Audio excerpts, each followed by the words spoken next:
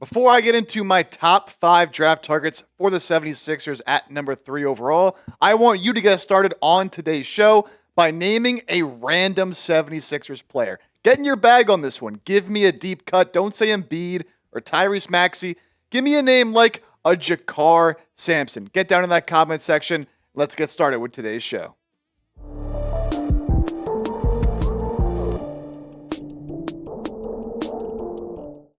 All right, an updated look here today at my top 5 draft targets for the Sixers at number 3 overall. Important to note, this isn't a big board. It's not my top 5 players in the draft. You'll see Cooper Flagg, Dylan Harper won't be here because I think they'll be gone.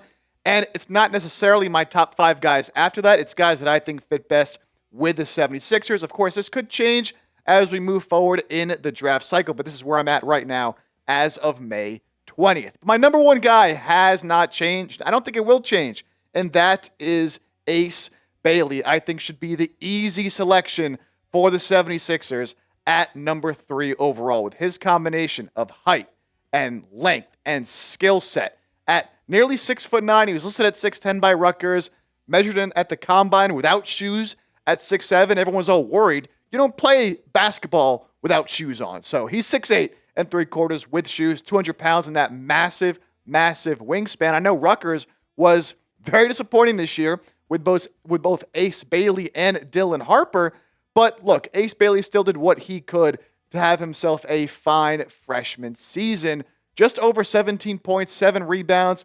The efficiency, considering how much he's shooting the basketball and the kind of shots he's taking, I'm not too mad at 46 from the field and just under 35 from 3. And some of the reasons why I like Bailey so much on this team, again, it's that combination of size with his length and his shot making. He does take a lot of tough shots. Some people are worried about his shot diet, but he makes a lot of tough shots. And he can score almost better than anybody in this class. He had a 37-point game against Northwestern earlier in the season. He had another 30-point game against Penn State where he shot 13 of 15 from the field. So he's shown he can be efficient with his athleticism at that size. He showed steady improvement throughout the season. Now, the handle is pretty loose. It's decent for a guy his height, but not as good as you'd like it to be for someone who's going to handle the ball as much as he does.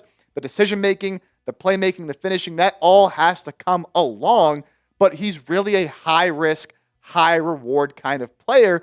And when I'm looking at number 3, personally, for me, for the Sixers, I want to swing for the fences. And outside of Cooper Flagg, he just might have the highest upside and the highest ceiling in this draft with his shot making and size. It's very, very rare in the NBA. If he can get some of those other things to come along, like the handle and the decision making, I already think he's a much better defender than people give him credit for. We could be talking about a franchise level guy here in Ace Bailey.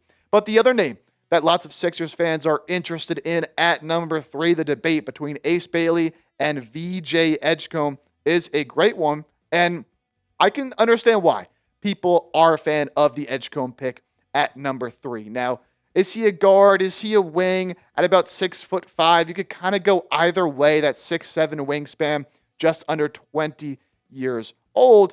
To me, VJ is a little more of a guard, but doesn't quite have some of those guard skills. In his lone year as a freshman at Baylor was impressive, and another player that he kind of started off a little bit rough and was a little inconsistent throughout the year, but down the stretch did improve that shooting a little bit, and you can see that 2.1 steals per game number. A very, very good defender, and that's where he really has his game, is on the defensive side of the ball, combined with his unbelievable athleticism and explosiveness. VJ will come into the NBA and already going to be one of the best athletes in the entire league. So you combine that with his skills in the defensive end of the floor, you can see why he could be successful in the NBA. Now, some of his swing skills, where he does need to get better, is shooting the basketball. But he showed a little bit as a secondary playmaker, but I'm not so sure he's the kind of guy you're going to give the ball to and say, go get me a bucket. That's why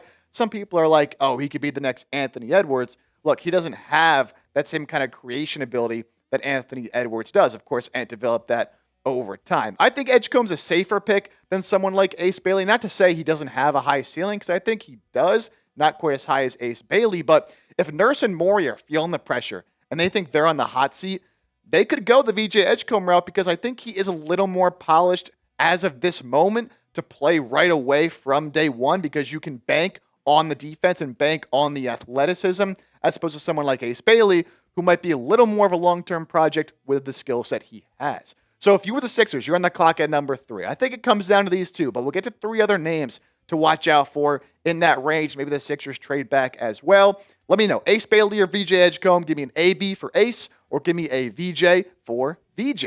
Now going to number 3. Shout out to my boy Sam Brown producing this video. Oklahoma guard Jeremiah Fears. Now, Fears on this list mainly because the Sixers actually met with him at the NBA Draft Combine, which is very interesting to me because obviously at that guard spot at 6'3", 180, 6'5", wingspan, not really a position of need when you think about where the Sixers' holes are in the roster. But, man, Fears really impressed this season and really came on late at the end of the year and has been a big draft riser throughout this process. You can see 17 points per game, shooting 43% from the field, 1.6 steals, three-point numbers. Obviously not great, and we'll get to some of the concerns with the shot, but also why maybe you wouldn't be too overly concerned with the jump shot right away. Where Fears really excels, an absolutely dynamic ball handler. A guy that, with the ball in his hands, can create his own shot, get to that mid-range. Like, he has that elite handle that guys like VJ and Ace that we've talked about do not have. Now, where he's really going to have to develop, and where you could see Fears developing into, honestly, a star, is if that jumper does come along, because the free throw shooting is good and the jumper looks good. It just doesn't really fall. A lot of poor results. He does take a lot of difficult shots as well. Now, he does have that clutch G, man. I'll tell you what, he closed out a lot of games for Oklahoma, hit a lot of big shots throughout the year. He is fearless, no pun intended. Not a good defender, though, and probably never going to be a good defender, so you're drafting him for his offense. I think he's a little bit more, again, of a project player because you want to see that jump shot come along at a position the Sixers are really already set at. So as opposed to Ace Bailey, where I'm willing to take a chance because of that high ceiling and the Sixers need at the wing spot, I don't really think there's a point in taking a player like Fears where, like, you already have Maxey, which is kind of what you would like Fears to develop into one day.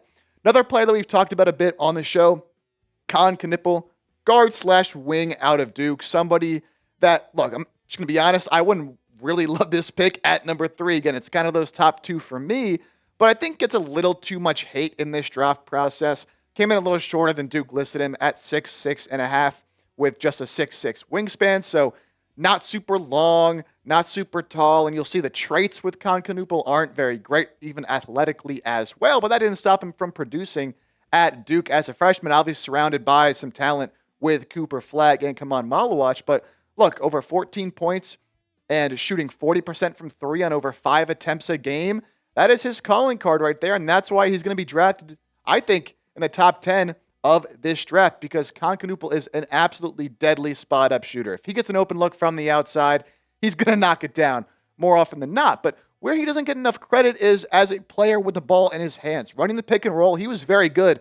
Him and Kamon Malawach in that two-man game, he's more crafty off the dribble than you would think. So he's not just that standstill knockdown shooter like a Corey Kispert.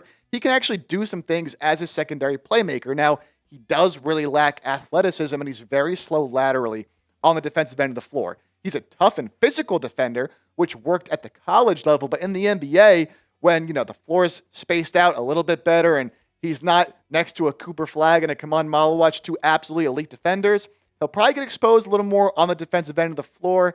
And with that limited athleticism, that's why you don't really see the ceiling of a guy who maybe could be an all-star one day, but I think he could be a very, very good player. So for me, number 3, definitely a little bit rich.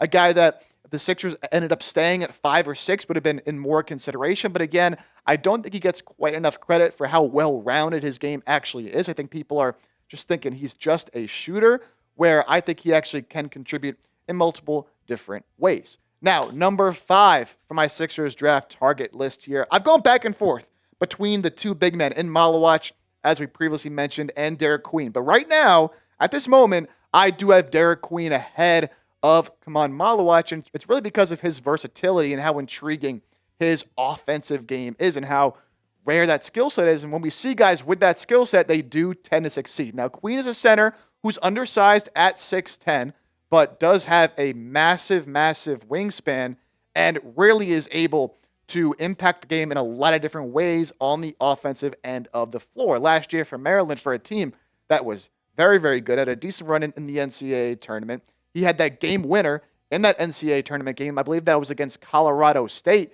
16.5 points, 9 rebounds, 2 assists, which doesn't really reflect how good of a playmaker he is. We'll get to that in a second. Just over 1 block a game, 52% from the field. Not what you like to see from a center, but his game isn't that of a typical center. Queen really has guard-like handles, and that's kind of the way he plays the game.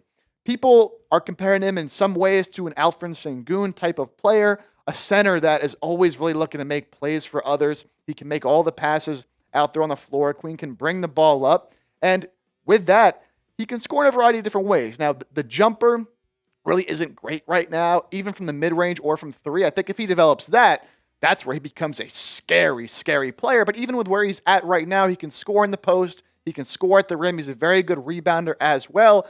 But look, he's also just a limited athlete. And there's a lot of concerns with Derrick Queen defensively as well. So the question is, where does he fit in the modern NBA? Because is he going to be big enough to play the 5? Will he be able to protect the rim at a high enough level to play full-time center? If not, is he quick enough, athletic enough, and can he develop a shot to be able to play the 4? So he's a bit of a tweener.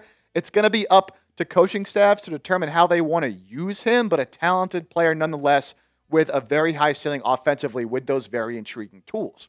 Now, I do want to give some thoughts on Trey Johnson here, because my thoughts on Trey Johnson, while I'm not going to say they've 100% changed, I've been on the board that I don't want the Sixers to draft Trey Johnson, and I don't think he should be on their radar. I do think he's better than a couple of the players that I mentioned here on today's list. Because, look, he's a great, great scorer. There is absolutely no doubt about that. Trey Johnson is going to get to the NBA, and he's going to score the ball quite a lot. But with his size and his concerns defensively and his concerns being able to score attacking the basket, I'm just not sure he's a great fit for the Sixers team that I think needs a little more size on the defensive end of the floor and someone that can play in multiple ways.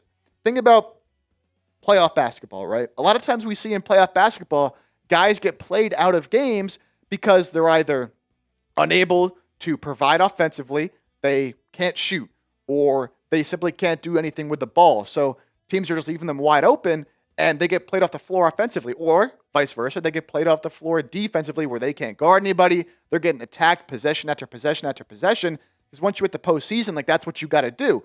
I think Trey Johnson could eventually be one of those guys that's getting attacked at all times on defense, and so that's why I don't like him on the Sixers team. But, man, the more I watch of him, it's just so hard to deny that he's going to be an absolutely tremendous scorer. So someone to keep an eye on, someone I said I don't want the Sixers to draft at all. Could end up rising a little bit on my board, though, as we get closer and closer to the actual NBA draft in about a month. So there's 5 guys, 6 if you want to count Trey Johnson, that I think the Sixers will target at number 3. Really, to me, it comes down to Ace Bailey or VJ Edgecombe, but I want Ace Bailey. Let me know down in the comment section who is your number 1 target for the Sixers at number 3 overall.